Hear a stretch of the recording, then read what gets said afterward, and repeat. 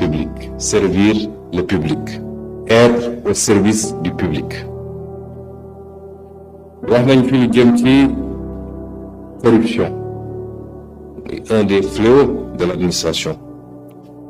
Je le dis et je le redis, je crois que la majeure partie des fonctionnaires sont intègres. Pour avoir côtoyé beaucoup de fonctionnaires dans ma carrière, malheureusement, il y en a une bonne partie encore qui choisit la facilité. Et donc c'est un fléau qu'il faut combattre, parce qu'en dehors de l'impact négatif sur la qualité du service public, il y a l'impact négatif sur le rendu, mais également les conséquences sur le plan économique qui sont désastreuses, et même sur le plan sécuritaire. Quand un véhicule n'a pas été bien contrôlé au niveau de la visite technique, parce que quelqu'un a glissé au biais, c'est les 20 morts qu'on déplore après, quand il y a accident de la circulation.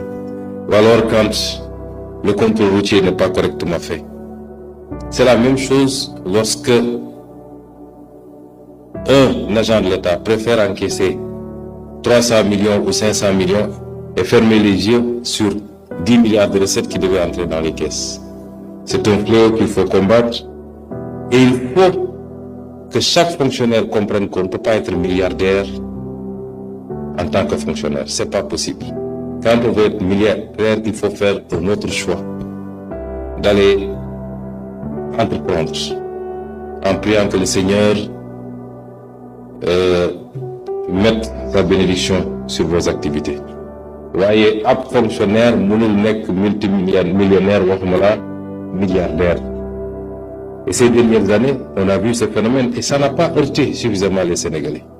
Que des fonctionnaires fassent étalage de niveau de richesse indécent, que rien ne peut justifier, quel que soit le niveau de rémunération dans la fonction publique. Nous sommes dans un pays où le président de la République, puisque ce n'est pas un secret, il a lui-même fait sa déclaration, le patrimoine perçoit moins de 5 millions de salaires. Le Premier ministre perçoit 4 millions et quelques de salaires. Les ministres ont moins de 4 millions ou 3 millions et quelques.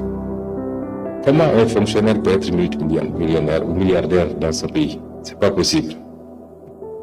Et c'est pourquoi nous saluons les initiatives prises par le président de la République sur le front de la transparence, avec un certain nombre de lois, parmi lesquelles